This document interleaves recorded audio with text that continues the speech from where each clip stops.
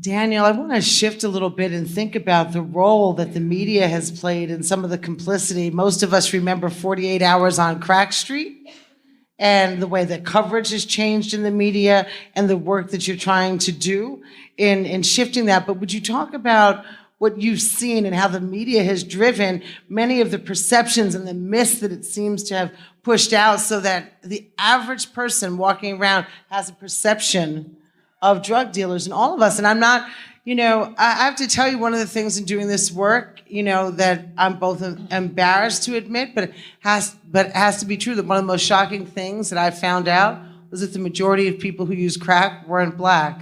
Of course, or sold it. And of course that kind of makes sense given the numbers alone. But I remember being shocked by that because of, things I've seen. So right? But most of the people who smoke crack are white. Who knew? and so there's just this ways that we drive myths. Would you pull that apart a little bit for us? Yeah. So I think everyone in this room, or mostly everyone in this room, understands that ending the drug war means ending prohibition, full stop, which means no more arresting and incarcerating drug dealers. But even as we've seen public opinion really grow more empathetic to drug users as the face in the media of drug users has become whiter, people still don't often get that means that we need to end the war against drug dealers as well. And what's even more troubling is that I think with the opioid crisis, in some ways, what we're seeing is the deepening empathy for the white user, potentially even fueling a greater sense of punitiveness towards the dealers that are harming these more idealized users. And I think the media often plays a really negative role and is deeply complicit in propagating very confused ideas about why so many people are dying from overdoses right now in the United States, and that the media coverage plays a major role in legitimating the growing use, for example, of these drug delivery resulting in death charges that we're seeing prosecutors around the country pick up to charge dealers with in cases where they are accused of selling opioids that resulted in a fatal overdose. I think the really key thing that the media fails to do is provide context. With the opioid crisis, you almost never see an article in a paper like the New York Times that looks into why fentanyl has emerged.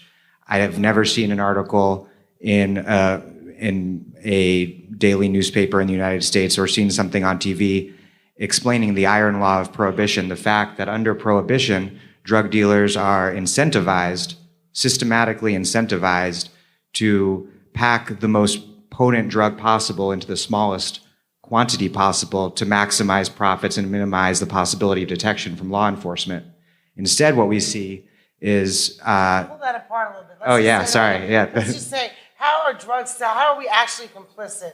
Say that a little bit more broadly. So let's say you're just like a drug dealer trying to move drugs across the border from Mexico to the US, and you're kind of agnostic as to what kind of drug you'd like to move. Like you just like to make some money because this is your job.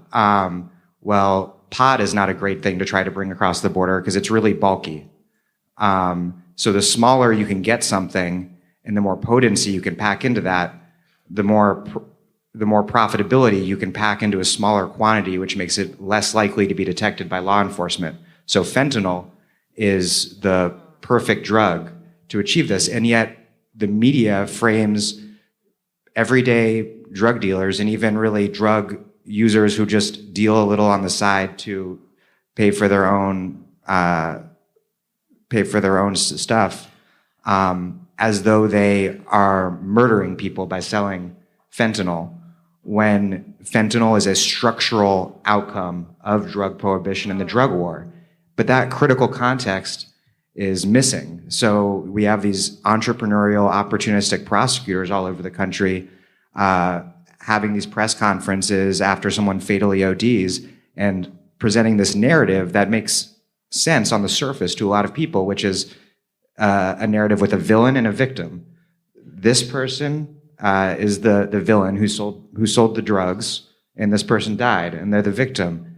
And what we're going to do to make sure that there are fewer victims is punish this person mercilessly. And that's what these drug overdose homicide charges are doing. In Pennsylvania, where I've been researching these charges, I think the maximum is 40 years. And I just am profiling a young woman who, one of the more recent times she tried to kill herself, she went out behind her parents' house and laid down on commuter rail tracks and somehow survived when a commuter rail train ran over her. She's someone who is in no way conceivably like even a drug dealer by profession, but that label is so powerful that when the DA of Montgomery County, Pennsylvania gets up there and says she sold someone fentanyl and then they died. And then lastly, I'll just say, I think it's really critical that we identify what the drug war, what the demonization of drug dealers' political function is. And that is to legitimate the drug war. If the attention is on the drug dealers and the blame is put on them and drug dealers are scapegoated for the harms that drugs cause, that's what keeps us from, that's the last refuge of prohibition. Because once we stop demonizing drug dealers, then we can understand that so many of these harms are caused by prohibition. And just to tie it back into the media has a role, a basic ethical responsibility to tell that story and to provide historical context. And that fails all the time. And one last thing I will say about that is looking back to, for example, the capture of El Chapo Guzman, you mentioned that.